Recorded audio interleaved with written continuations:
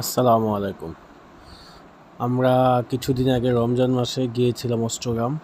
তো ছোট ভাই, বন্ধু, ভাতিজা, বড় ভাই সবাই মিলে হঠাৎ করে আমরা অষ্টগ্রামে কোনো প্ল্যান ছিল না। আমাদের আসলে যাওয়ার উদ্দেশ্য ছিল হচ্ছে কাপাসিয়া থেকে আমরা ওখান থেকে চলে গেলাম। মানে হঠাৎ করে 9টার দিকে মনে হলো যে কাপাসিয়া থেকে যে না, আসছি যখন অষ্টগ্রাম চলে আসি।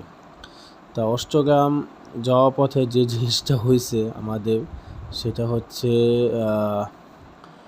আমরা যে সময় রওনা দিলাম, আমরা আসলে গুগল ম্যাপে সার্চ দিলাম কাপাসিয়া আমরাইত বাজার থেকে যে অষ্টগ্রাম কত কিলো, কিন্তু আমরা অষ্টগ্রাম সার্চ না দিয়ে আমরা দিয়েছিলাম আসলে কিশোরগঞ্জ। তো আমরা দেখেছিলাম 38 কিলো, আমরা সেই অনুযায়ী মনে করেন রওনা দিছি। বাট আস্তে আস্তে অর্ধেক রাস্তা আসার পরে একজন বললো, আমরা জিজ্ঞেস করলাম যে অষ্টগ্রাম কত দূর, বললো যে এখনও অনেক দূর। আচ্ছা, অনেক রমজান মাসে রোজা রেখে এত দূর চালানো, প্রায় আমার বাসা থেকে অষ্টগ্রাম হচ্ছে 170 কিলো উত্তরা থেকে। তো চালানোটা খুব টাফ ছিল, বিশেষ করে ডাবলিং পিলিয়ন ছিল।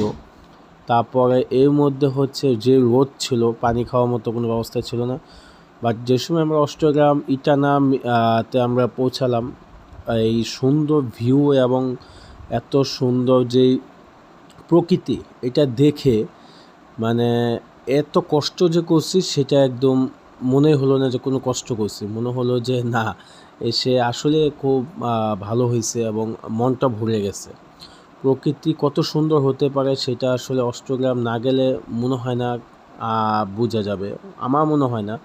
আমি অনেক জায়গায় ঘুরছি, সেই মধ্যে অষ্টগ্রামটা অনেক বেস্ট একটা জায়গা ছিল। অষ্টগ্রামে বর্ষার একটা রকম ফিলিংস, আর হচ্ছে এই এই গ্রীষ্মকালে যেটা হচ্ছে মানে বর্ষা না, যে সময় ধান ক্ষেতগুলো লাগানো হয় সেই সময় মানে গেলে আরেকটা